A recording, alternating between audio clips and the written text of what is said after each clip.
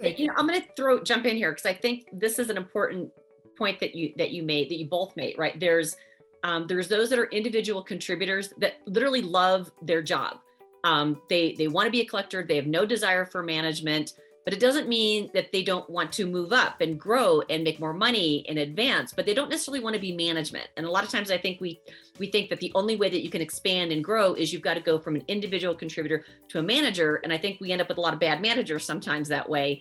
What are your thoughts on, how do we do a better job of recognizing that being an individual contributor and doing a rock solid job is absolutely critical and needed? And how do we foster that without pushing people to management in order to get promoted?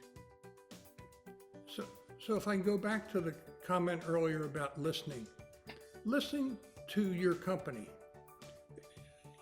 Is the organization that you're in, have they given enough thought to developing a growth path for individual contributors?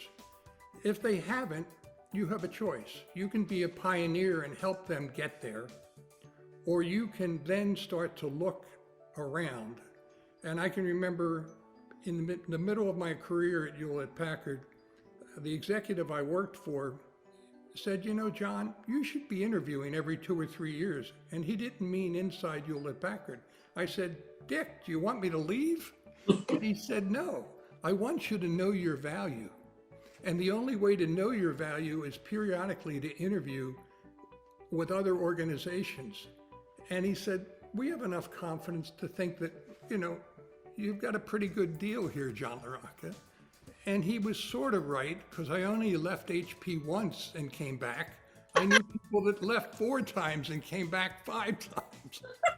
But it was one of those few companies that would allow you to do that. I've also worked for companies that said, if you leave here, you can never come back. And I said, and that's an incentive to stay?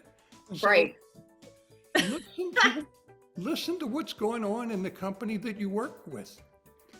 But it's unlimited where people can grow to if they have good listening skills, if they have good awareness of somebody might call awareness street smarts, good judgment, and a body of experience. Those 4 things together, Pete may divide them into 3, John Donovan may divide them into 5.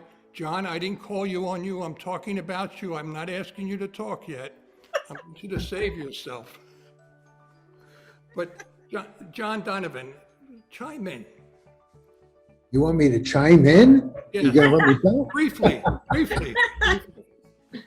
Well, I agree with you and Pete. There's a lot to career development, and my background is probably the most diverse as far as my exposure to different company cultures. And I started my career with General Motors, and most of the people I worked with were lifetime employees, something you don't see in today's environment. And the exposure that you get in an environment like that is all kinds of different personalities, management styles, and they really focused on how to grow the employee once they join the organization. So they would rotate people, myself included, in their, I won't call it management training, but it was really a culture change from one division to another, from one office to another. There was reams of material to read about the job. But the thing that I found most valuable, as John pointed out, is mentorship. Because you were rotated into different environments, you got exposed to different working skills. Not all of them were along the lines that you wanted to have a career path in. But I moved from collections to outside in sales, back inside as manager of credit, then back into credit and collections, and then from there into field management, working with dealerships. So the exposure was great. And each of those opportunities that I was given was sort of like a 2-year mentorship program. So you spent 2 years in a job. You got to know it. You got to know the personalities, not necessarily the same office, but you got to watch different management styles. That was the mentorship program that they had. It's unfortunate you don't see that in companies today as much as you used to. And they've gotten away with, you'll hear Six Sigma and a few of the other process improvements, but it's nothing like working with somebody in the culture that you're in different environments. And so I think that if you look at your career development, the more rounded you can become, the more valuable you are to any organization. And it's this- important. I'll just close with this, and it's not an advertisement, but it's a perspective. I'm not selling anything.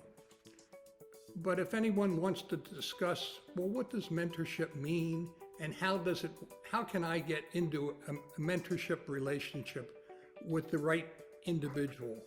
I'm happy to chat with anyone about that topic offline, and you can find me through LinkedIn.